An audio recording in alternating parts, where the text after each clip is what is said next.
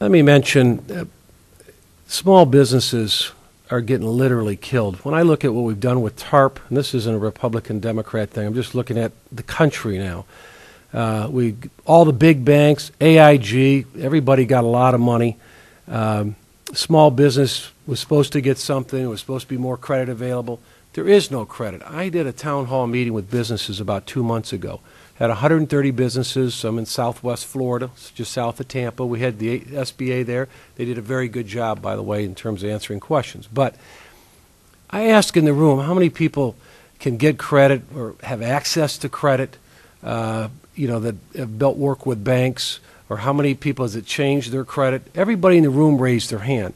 I want you to know, I've been in business 30 years. I've been on bank boards for 20 years. We, in Florida anyway, every region's different in the country, there is no credit. They might say there's credit, but the reality of it is if you put up $1 million CD, they'll lend you $1 million. Small businesses today, in Florida, we had in our federation 137,000 small businesses. They create, I think everybody agrees, 75% of the jobs. We talk a good game, and I think the president is committed to small business. I've talked to him personally about that. But we just aren't doing anything to get the money out there. They have no money. They have access to no capital. So I just want to say that in general. Banks will tell you that, but they're all under pressure, their own capital base themselves. They're trying to all survive. Small banks, little banks, I'm talking to them. They're not lending any money. So what do you say to these small businesses in my community and communities across the country about that need credit? Because if they have no credit, we're going to lose a third of them or a big number of them. Well, Congressman, I also have been traveling and hearing these issues, and I know the chairwoman has mentioned to me as well some of these places that she has gone. We are all hearing that small businesses are suffering, and one of the things I have to thank you for is that the Recovery Act did actually get the formula right, because we have been able to leverage, with the funding that you gave us so far, $7 billion into the hands of small businesses through the Recovery Act funds, and that's going to continue. And 750 banks that had stopped lending, they were frozen, they were not on our books from October to the start of the Recovery Act, are now back lending. So these are very often community banks and other banks, and they are back. Some of them hadn't been in SBA lending since 2007. So we're very glad about that. We are going to be working very hard to leverage those programs into these places where the lending is frozen.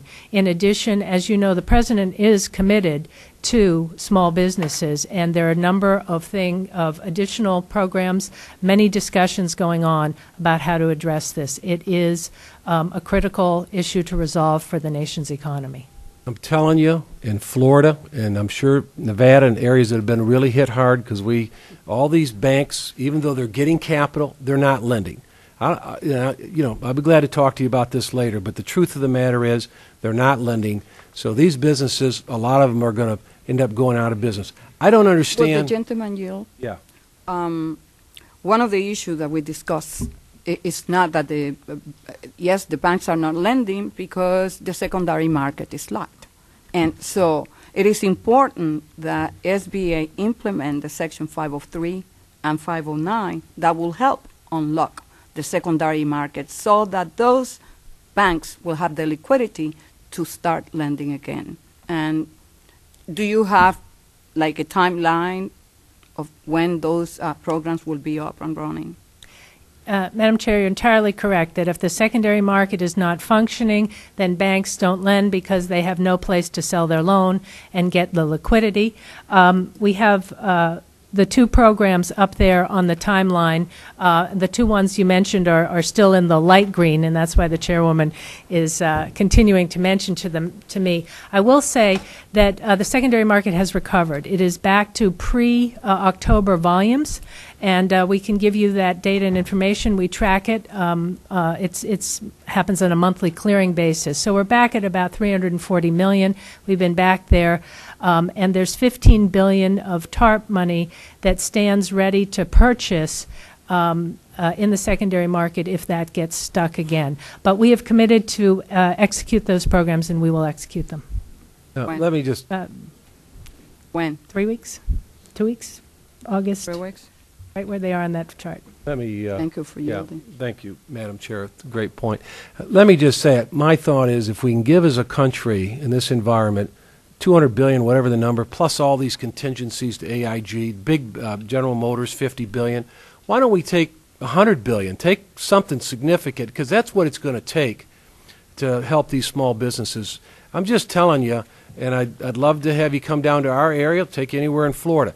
I can tell you a lot of these businesses are rolling out of business, and they've created a lot of the jobs. I mean, most in our area, our one chamber, we had 2,600 businesses. Most of them are 20 and 30 employees or less.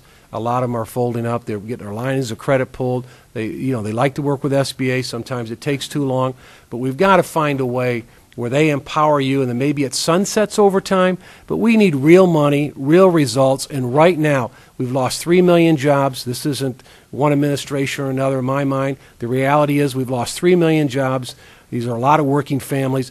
We've got to get more money out there and good loans that make sense right now, and I'll just close with that.